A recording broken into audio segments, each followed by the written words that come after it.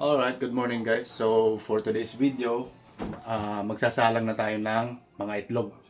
So after 14 days, ayan, ito na yung nakolekta nating mga itlog. Kaya lalabas ko lang.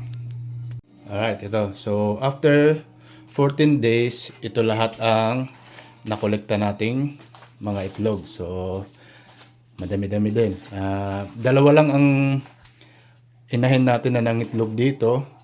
So yung white kelso lang tsaka yung secret gray, pero kanina humabol ng isa yung golden boy. So sasalang ko na rin yun. At pag may humabol pa mamayang hapon, didiretso ko na rin sa incubator. So gagawin natin ngayon, tatanggalin lang natin tong mga papel muna, and then lalagay dito sa tray kasi magmo-moist pa ito. So kailangan maglabas pa ng ano yan, moisture, kasi galing nga sa ref. So ayan, isa-isahin ko lang tatanggalin ng mga papel.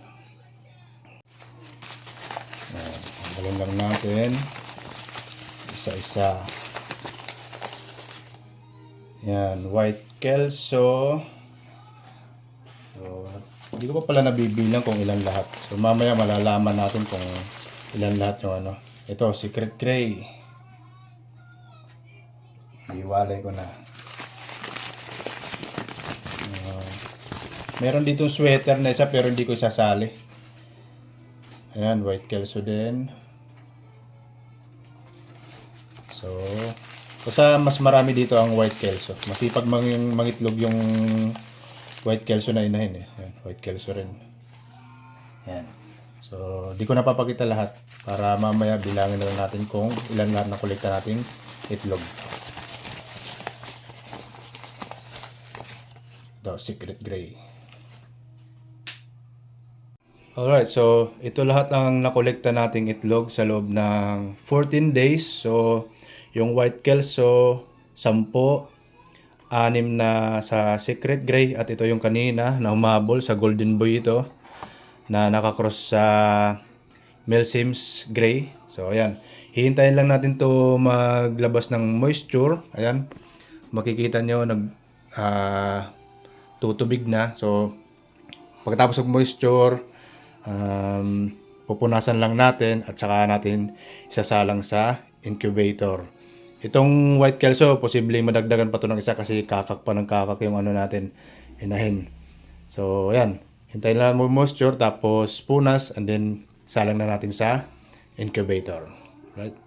So, pupunasan lang natin to sa isa. Tapos, hintayin ulit natin mamaya, baka maglabas pa ulit na mag-moisture pa ulit. Hanggang sa tuyo na siya, saka natin isasalang. Yan. Punasan lang natin isa-isa. Siguraduhin lang natin na hindi basa. Yan. Nabubura yung lapis natin. Hindi magandang klaseng lapis na nagamit natin. Pero okay lang yan. Yan. Punas-punas lang sa isa. Paghihiwalayin ko rin naman to ang lagay dun sa ano, sa incubator, kasi dalawang klase lang naman, dalawang bloodlines lang naman ang ano, meron tayo. So hindi tayo malilito dito kahit mabura ang marka. Yan, basa pa oh. Yan.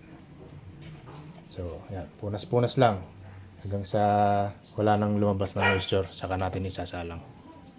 Yan, tapos ito pala ang ating incubator. Sasaksak ko na muna. Ayan.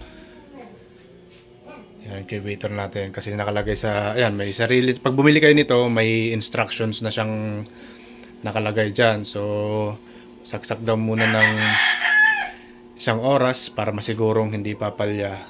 Manual itong incubator natin, pero ang temperature niya, automatic na yan na shutdown kapag ma-reach ang temperature na 37.5. Ayan. Andar siya hanggang 37.2. Tapos 37.5 off, tapos magbubukas ulit. So, yan ang ating ano, incubator. Oops. Yan. So, ngayon pa lang natin magagamit ito. Ano to? 50 to 60 capacity. Ayan, maluwag yan, maluwag. Oh. Ayan, may exhaust. Ayan. Tapos yun, naglagay na ako ng date para hindi natin makalimutan. Salang ngayon, January 21. At mag-hatch ng Feb 20 ay Feb 11. Yan, national first batch. Yan. Ito yung pang temperature niya. So, first ito lang ang challenge lang kapag manual ang ating incubator, manual din ang pagbabaliktad natin ng itlog. Yun ang challenge. Kasi backyard level lang tayo. So, hindi pa lalagay ng tubig. Mamaya explain ko ulit pag naglagay na tayo ng mga itlog. So, 1 hour muna. 1 hour na naka-on. Umpisa na natin mag-salang. Yan. So, sesayin lang natin. Yan. So, mapapansin nyo mamaya, namamatay yung ilaw kasi automatic siya nag-go-off pagka nare-reach yung 73 point sa yata yan 37.5 nag-automatic siya na mag-off.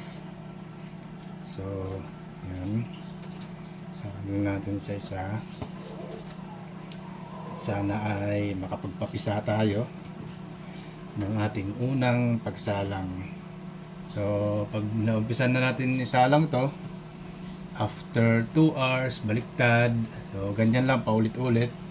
Kasi nga, manual lang natin, ang ating incubator. Tapos, hindi pa tayo maglalagay ng tubig.